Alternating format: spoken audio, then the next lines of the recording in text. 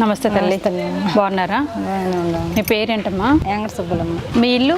ఇల్లు లేదు, అది వాళ్ళ ఇంట్లో ఉంటున్నాను నేను. వేరే వాళ్ళ ఇంట్లో? వేరే వాళ్ళ ఇంట్లో ఉంటున్నా. రెంట్ కడుతున్నారా? రెంటే లేదు, వరకు వాళ్ళు హైదరాబాద్ పోయారు, వచ్చి దాకా ఉండమన్నారు. తర్వాత ఏడన్నా ఉంటానికి. పని చేసుకుంటారా మీరు? ఏం కాలు నొప్పి అన్నా ఏం పని చేయకూడదు, డాక్టర్లు అసలు పని చేయొద్దు అన్నారు. పడి కాలు నొప్పి వచ్చింది, పింఛన్ డబ్బులు అయ్యే గడుపుకుంటున్నా. డైలీ కూలి పనికి వాటికి వెళ్ళలేరా? వెళ్ళలే. మీకు పెళ్ళి అయిందా? పెళ్ళి అయింది, మా భర్త వదిలేసాడు, పిల్లలు పుట్టలేదని వదిలేసాడు. వేరే వాళ్ళని పెళ్లి చేసుకున్నాడు. అక్కడ పిల్లలు ఉన్నారా? వాళ్ళ పిల్లలు ఉన్నారు. పెళ్ళి అయ్యి ఎన్నాళ్ళకి కలిసి ఉన్నారు? పెళ్ళైన తర్వాత 10 సంవత్సరాలు కలిసి ఉన్నాం. ఇంక నీకు అట్ట పిల్లలు పుట్టలేదు, నేను నేరే పెళ్లి చేసుకుంటాను, నీ దానేది నా దానేది అని వదిలేసాడు.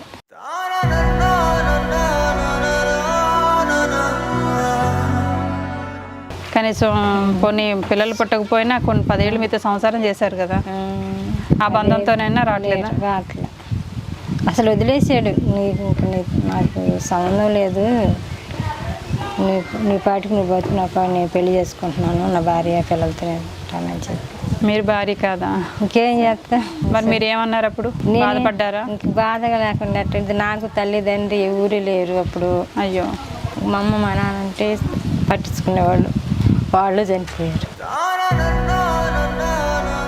అమ్మ నాన్న కూడా లేకపోయేసరికి ఇంకా మిమ్మల్ని అడిగే మీకు సపోర్టర్గా ఎవరు లేరు. బ్రతిమలాడారా? నన్ను వదలొద్దు ఏమన్నా? నాకు కూడా ఎంత కొంత జరపండి, నేను ఎట్ట బతకాలంటే నాకు చెప్పజేయకుండా కూడా చేసుకున్నారు. నాకు పక్కల వాళ్ళు చెప్పారు మీ ఆయన పెళ్లి చేసుకున్నారని. నేను ఇంకేం చేశాను, ఇంకా అందరికి నేను ఏం చేయలేకపోయా. అసలు నాకు అయోమయంగా ఉంది. అప్పుడు మీ అత్త మామతో కలిసి ఉన్నారా మీరు? మీరు అత్తగారి ఇంట్లో ఉంటుండగానే ఇంకొక పెళ్లి జరిగిపోయిందా? అత్తగారి ఇంటికాడంటే ఇక్కడికి తీసుకొచ్చారు. ఇక్కడ తీసుకొచ్చి మామూలుగా తీసుకొచ్చి వదిలిపెట్టి కొన్నాళ్ళు పట్టుండు, తర్వాత తీసుకెళ్తానన్నాడు. ఇంకా తీసుకెళ్ళలేదు, ఏం లేదు, ఇంక పెళ్లి చేసుకున్నాడు. నాకు పక్కల వాళ్ళు చెప్పారట పెళ్లి చేసుకున్నాడు మీ ఆయన 2 పిల్లలు. అయ్యో, మరి వెంటనే వెళ్ళలేదా మీరు మీ ఇంటికి?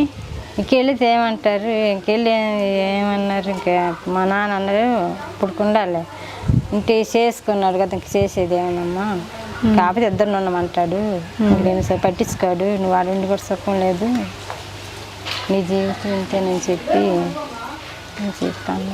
కొన్నాళ్ళు ఇల్లు ఉండాల్సింది. కొన్నాళ్ళు ఉండటానికి వాళ్ళు ఒప్పుకోవాలిగా. అది నీ ఇల్లే తల్లి, నీకు పిల్లలు లేనంత మాత్రాన అది నీ ఇల్లు కాదు. నా ఇల్లే కాదా అట్లా. కొన్నాళ్ళు ఉండుంటే కనీసం నీకు ఏదో ఒకటి అయినా ఇచ్చిండను కదా. అత్త మామే అసలు ఉండలేదమ్మాడా, ఉంటే ఇది పిల్లలు లేరని ఒకటే గొడవ పెట్టుకొని వెళ్ళిపో ఉంటాయి గొడ్డుపోతురాలు అది ఇదని ఎన్నో మాటలు. అంతే, అదేమో నా పరిస్థితి. ఎప్పటి నుంచి ఇక్కడే ఉంటున్నా. ఏదో కూలి పని ఉంటే పాతలా తప్పించిన డబ్బులు పెట్టుకుని వాడుకొని అయ్యే కాలం గడుపుకుంటున్నాం. ఏం డబ్బులు కూడా ఇవ్వలేదా? అస్సలు 10 ఏళ్ళు మిమ్మల్ని పెళ్ళం కింద వాడుకొని తర్వాత వదిలేసి వచ్చా. అంటే మీ వైపు పిల్లలు పుట్టలేదు అన్న ఒక నింద మీరు మోయటం వలన మీరు అడిగే హక్కును కోల్పోయారా? అంతేనమ్మా. ఓకేలేమ్మా. సుబ్బలక్ష్మి అమ్మ గారు, నేను కొంచెం బియ్యం ఇస్తాను, తీసుకుంటారా?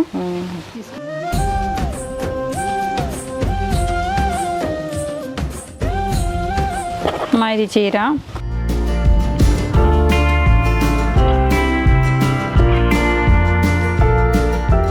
ఇవి బియ్యం, కిరాణా సామాన్లు, అందులో అన్నీ ఉంటాయమ్మా.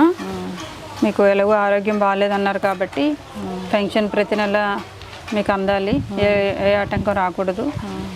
ఇక నుంచి అయినా మీకు మానసికంగా సంతోషం దేవుడు కల్పించాలని కోరుకోవడం తప్ప నేను కూడా ఏం చేయలేని పరిస్థితి.